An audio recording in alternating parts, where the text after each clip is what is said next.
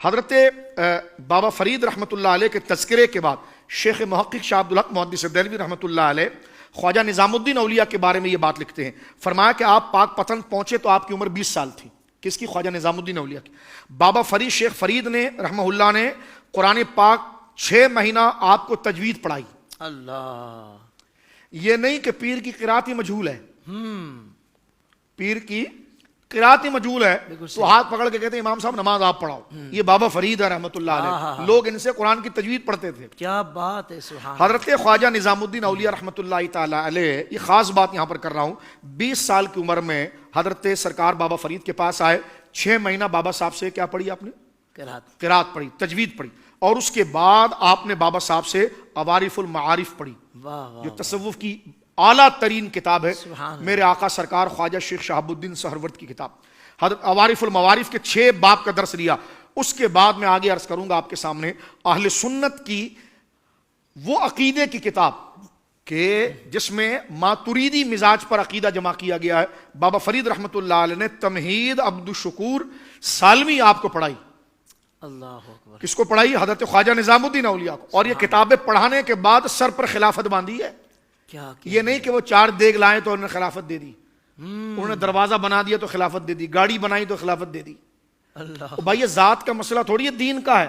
پہلے پوچھا تجھے دین آتا کتنا ہے؟ داڑھی منہ پر نہیں، خلافت دے دی. نماز اس کو آتی نہیں، خلافت دے دی. توجہ ہے. تو یہ آپ دیکھیے کہ بابا فرید، میں آگے بتاؤں گا کہ ان سے کتابیں، لیکن یہاں صرف بتانے کا مقصد یہ ہے کہ حضرت بابا صاحب رحمۃ اللہ علیہ نے آپ کو قرآن مجید کی قرات بھی پڑھائی، آپ کو عقیدے کے اندر کتاب جہاں تصوف پڑھایا، اخلاق، عوارف المعارف کے 6 باب پڑھائے ہیں. اس پر بھی ایک پروگرام انشاءاللہ کبھی اس کتاب پر ہم کریں گے. اور پھر عبد الشکور سالمی رحمہ اللہ کی کتاب علم عقائد کے اندر جو اہل سنت عقیدہ میں آگے عرض کروں گا، یہ پوری کتاب پڑھی، ٹھوک بجا کے پڑھائی، یعنی پوری یاد کرائی.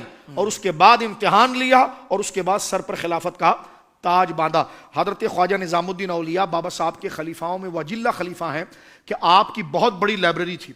علاؤالدین خلجی اس دور میں تھا.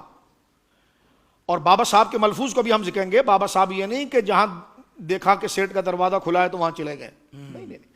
علاؤالدین خلجی بڑی محبت کرتا تھا سرکار خواجہ نظام الدین اولیاء سے، لیکن آپ نے ملاقات نہیں کی اس سے. اچھا. بلکہ آپ درویشوں اور طلباء سے آپ ملاقات کیا کرتے تھے.